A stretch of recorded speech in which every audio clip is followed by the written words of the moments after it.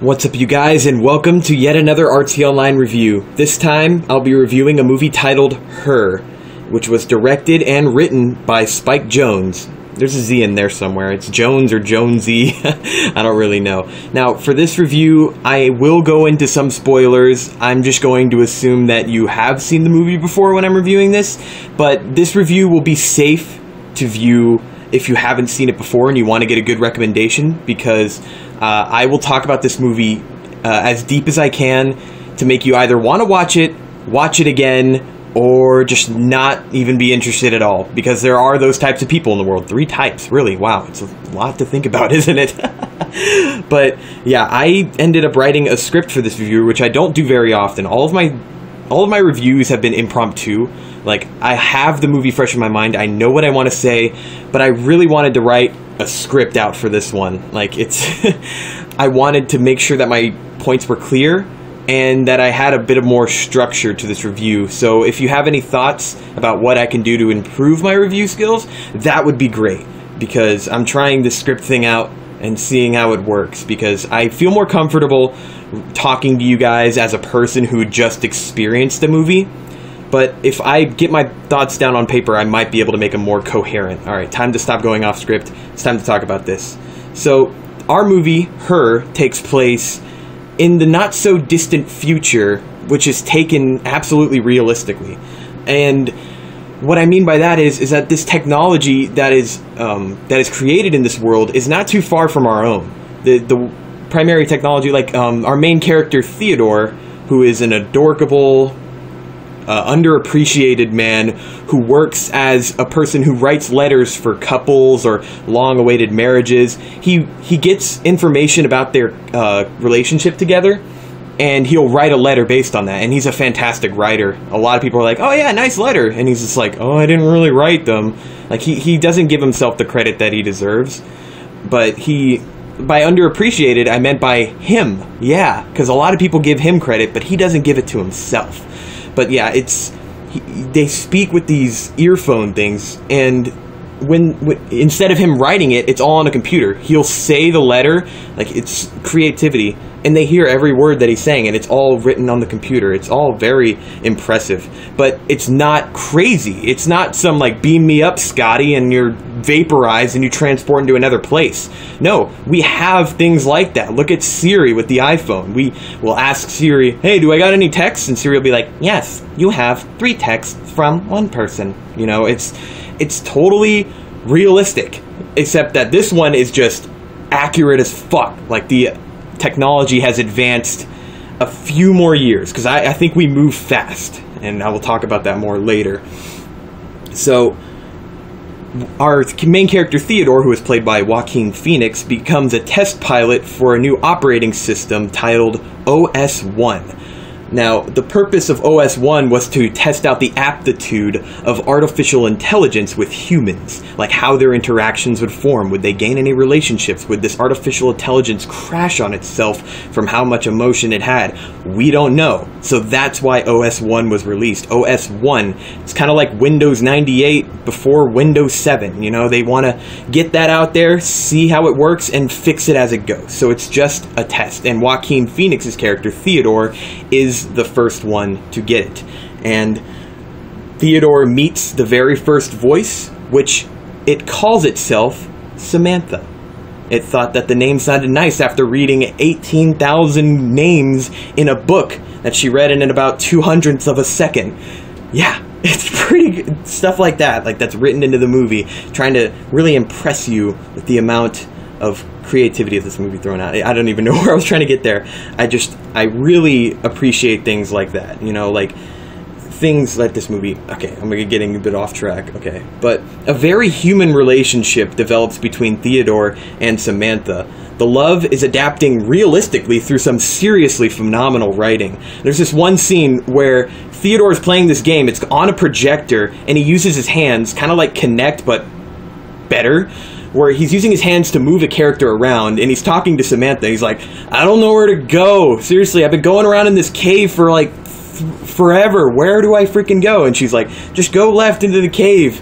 I think that's where you haven't been before. And he's like, no, I have. Like, you told me to go there earlier. You know, and she's like, just go there. I know it's going to be right. And then he ends up losing his way out of the cave, which is a very relatable situation to me because, as if you guys didn't know, I love video games. And sometimes I overthink myself in getting lost, but really all I need is someone else to be like, no, it's not that hard. Which is why I get stuck all the time in video games. And that's what Samantha was doing, was being that second person, just saying, it's right there in front of you. I thought that was a really clever scene. And it showed the relationship between Samantha and Theodore without directly telling you it because of how they reacted in this situation. You really believe that Samantha is a person. I really believed it, and that was really brought through with Scarlett Johansson's voice performance for Samantha. Holy shit. Now I know why people always said she deserved an Oscar for that role. She really did. Like, I felt every single emotion with all of the words she was saying. The hesitancy, the sadness, it was all there. She was so into the script, and it really translated through. Like, great job. And I gotta compliment the visual effects. On that video game that I mentioned earlier, all of it was animated by the people who made this movie. It was like, it wasn't a video game that you already know, like Gears of War or Halo or shit like that. It was its own made-up game, and it had some pretty freaking hilarious moments. I don't want to spoil that. It's one of my favorite scenes in the movie, which involves this little NPC character that Samantha and Theodore come across, and they interact with it. It really, like I complimented the writing earlier, it's phenomenal writing. I really think it is. You know, they say that simplicity is something, bliss? I don't know, I'm making up my own saying. I say that simplicity is bliss because I'm a simple man, alright? You don't need to flavor your script with giant words to make you seem sophisticated, because the more simple you make it, the more realistic it is to the audience. That's it for my rant. That's why I think it's phenomenal writing.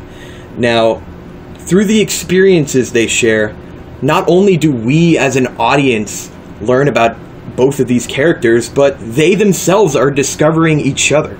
It's a strong relationship that's developing, and it doesn't just happen like that. It all plays out, and you're there through the entire ride. And there are even some moments where there's no dialogue, and you're just seeing them having a great time.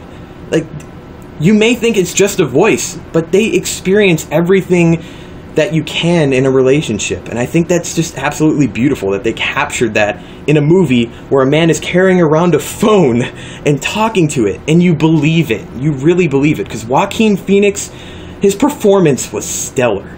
Holy shit. I've seen him in other movies, but this performance that he gave in this movie, he really nailed it.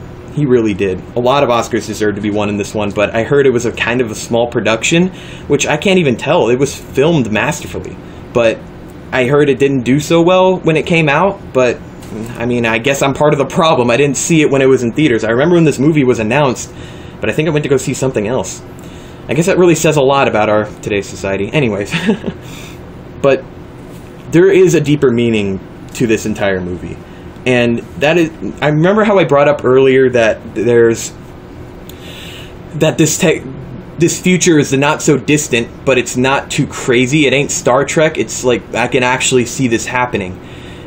It has a message of humanity is evolving constantly, every day. We're not the same as we were yesterday. We are constantly changing, and it's scary because we can create so many things and destroy just as many. I was in film today, and my instructor brought up that, you know, there's artificial intelligence is being created, and if we were to go as far as 2001 A Space Odyssey, to where it's deranged, it has its own emotions, and it knows the flaws of humanity and can choose to destroy it, people will become aware. Humans are not as perfect as they say they are. They like to put themselves on a pedestal from all the achievements that they created, but humans themselves are flawed creatures. Everything is a flawed creature, and the scary thing about artificial intelligence is that we created it. We created it, and it is a living being. But this movie asks, how far can we go to consider that anything is living? Look at today. Abortion is a huge issue. And a lot of people argue that they're not fully developed humans yet. They can't think. They can't process the pain. And who are you to decide that? I don't think anybody is. Because not only can we create life, we could destroy it too. And that's all on us. Look at Frankenstein. Any iteration you want to think. He gathered up a bunch of remnants of dead people. And everyone thought he was crazy. He's like, I'm going to make life. I'm going to play God. And he did it. With some crazy inventions and a lightning storm and a bolt through a person's head that he created throughout all of these remnants of dead people. He created a living being. He was proud of his creation. But that thing just came to terrorize. It couldn't think. It wasn't a fully processed being. And I don't think he had any shame, to be honest. He was so proud of what he created.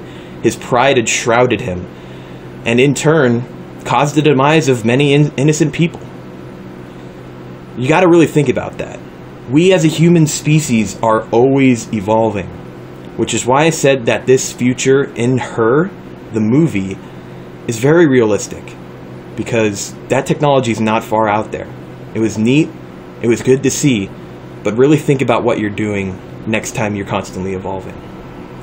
I really enjoyed this movie. If it makes me think this deep about it, I think it's good enough. Like, I love movies that make you think. It isn't full of action, it's full of human moments. Like, who doesn't like being human? Whoever's gonna see this movie is human. I mean, you could be a cat wandering into a theater, and you'll see this movie and you'll be like, I'm a cat, I don't get what the fuck's going on.